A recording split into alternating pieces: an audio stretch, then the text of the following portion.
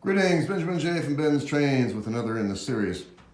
Well, this is a Commodore Vanderbilt wind-up conversion that I built.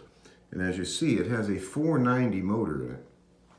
But the interesting thing about this is the 490 motor is a double reduction motor. So it's the same motor that's in the 666 that was in a plastic 490.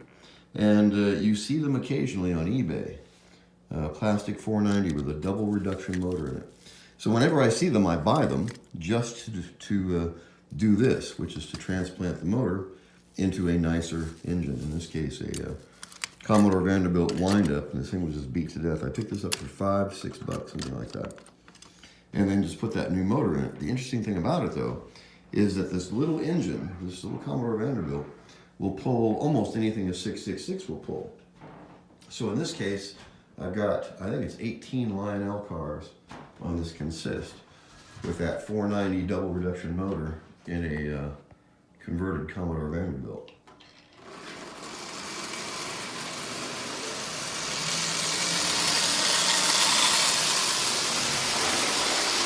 And that's quite incredible for an engine that small.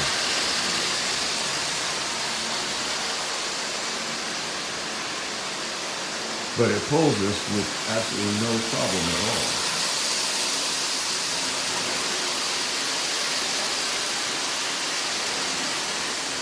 That is a lot of weight.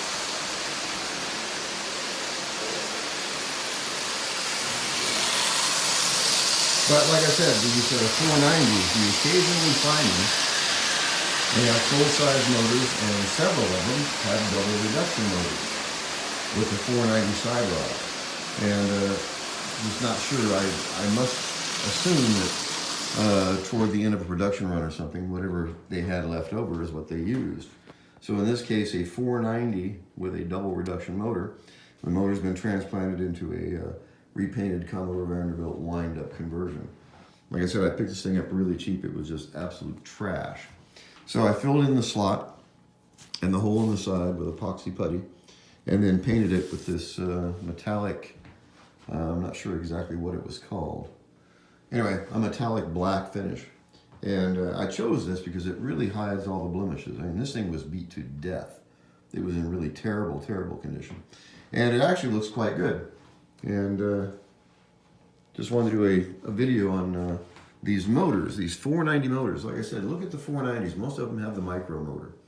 And occasionally you'll see a 400 or a 490 that has a full-size motor, and occasionally you will find them with a double reduction motor. Lots of times in the 400 will have a double reduction motor, which is really surprising as to why they would put a double reduction motor into a plastic engine. It's not going to help its pulling power because it doesn't weigh anything. So this Vanderbilt body is heavy enough that this double reduction motor in that Commodore Vanderbilt can pull almost anything. I mean, anything within reason anyway. And there's a lot of cars behind this little engine. Anyway, I just wanted to do a quick video on this. You can build these things really, really cheap. Just look around for the parts to do it with, and you can make a Commodore Vanderbilt for, I don't know, 25 bucks, something like that. That will pull almost anything you have. It's really cool. Anyway, I just wanted to do a quick video on this. As always, if you have any questions, feel free to drop me an email. BENZTRAINZ@gmail.com. And as always, thank you for watching.